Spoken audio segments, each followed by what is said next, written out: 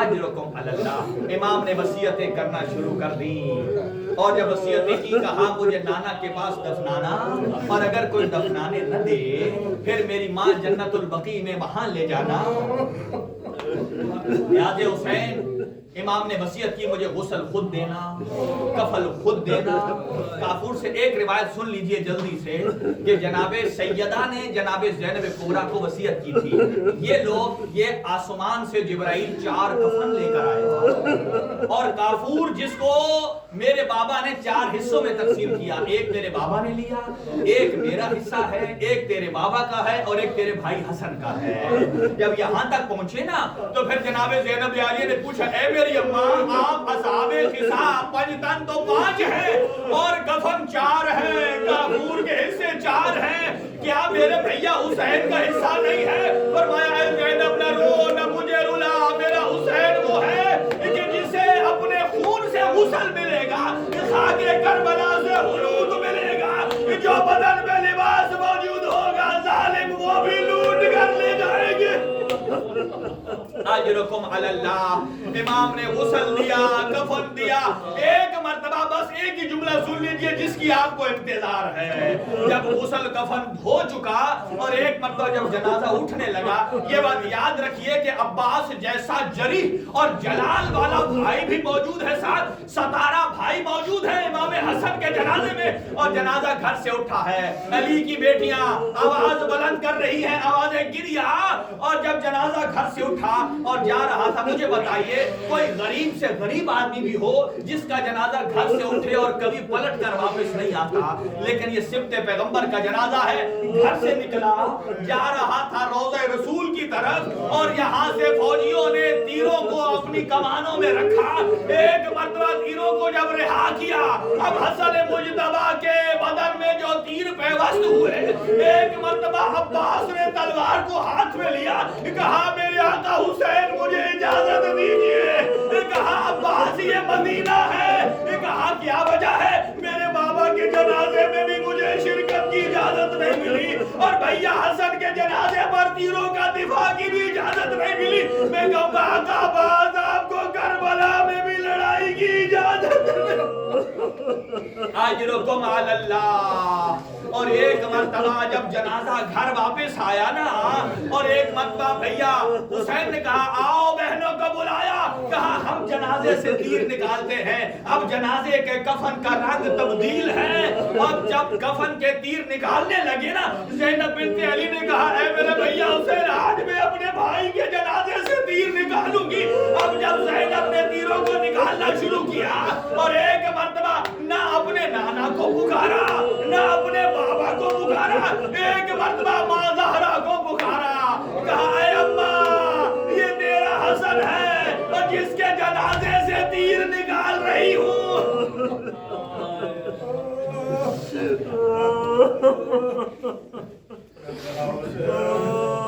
یا حسن